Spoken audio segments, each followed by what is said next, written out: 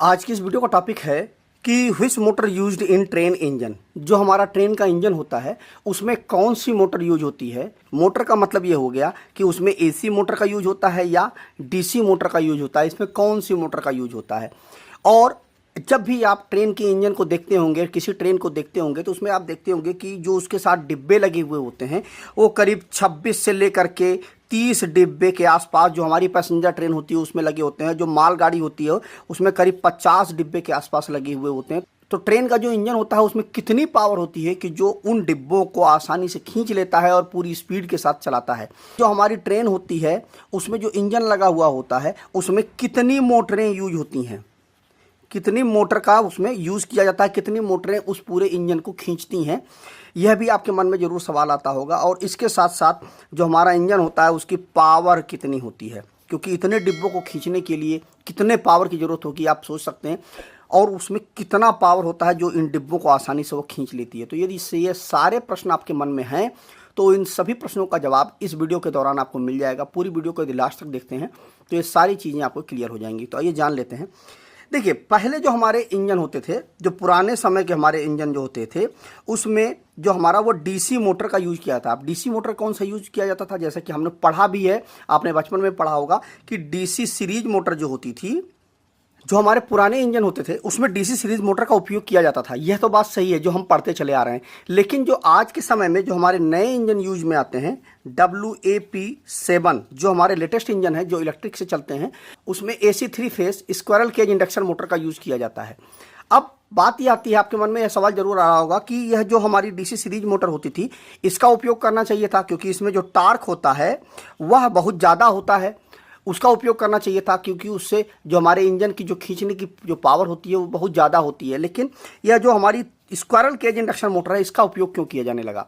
देखिए, क्या होता था, पहले भी इसका उपयोग किया जा सकता था लेकिन उस समय इसलिए इसका उपयोग नहीं किया गया क्योंकि क्या है कि कभी आपको इंजन को स्लो चलाना है, कभी आपको फास्ट चलाना है, तो इस कंडीशन पर हमारे पास कोई ऑप्शन नहीं होता था कि हम इस मोटर की जो स्पीड है उसको कंट्रोल कर पाएँ, क्योंकि हमारा जो इंजन है उसको ऐसा तो है नहीं कि एक ही स्पीड में चलाना है, स्लो चलाना है, तेज फास्ट चलाना है, तो अलग अलग स्पीड वेरिएशन पर हमें इंजन को चलाना होता था। इसीलिए पहले हमारे पास कोई ऐसा ऑप्शन नहीं होता था कि हम इंजन को अलग अलग स्पीड पर चलाने के लिए जो हमारी इंडक्शन मोटर का यूज कर रहे हैं हम उसको हम अलग अलग स्पीड पर चला सकें। अब क्या है, इस समय हमारे पास VFD है। अब इस VFD की मदद से हम जो हमारी 3 phase squirrel cage induction motor होती है इसको हम आराम से कंट्रोल कर सकते हैं, इसके RPM को कंट्रोल कर सकते हैं और इसको हम जैसे चाहें वैसा चला सकते हैं। तो आपके मन में जो प्रश्न थे कि इंजन में कौन सा मोटर का यूज किया जाता है, तो वो आपका क्लियर हो गया कि आज के समय में जो इंजन हमारे आ रहे हैं उसमें 3 phase squirrel cage induction motor का उपयोग किया जाता है।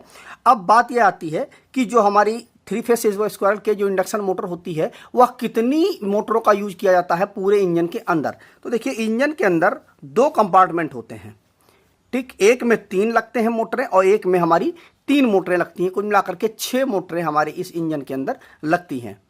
जो 3 मोटरें हमारी लगती हैं इसमें से जो हमारी एक मोटर होती है उसकी जो पावर होती है वह लगभग 800 किलोवाट की एक मोटर हमारी होती है। अब 800 किलोवाट की हमारी एक मोटर हुई तो हमारी 6 मोटरें हैं, तो इसको हम मल्टीप्लाई कर दें 800 × 6।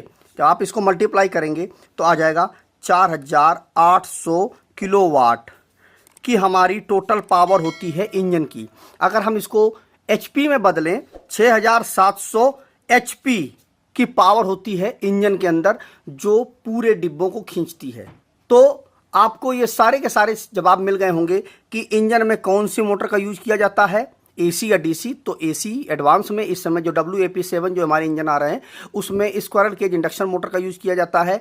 और क्यों किया जाता है, क्योंकि इस समय हमारे पास VFD है, VFD से हम उसकी स्पीड को कंट्रोल कर सकते हैं और जैसे चाहे हम उसे चला सकते हैं।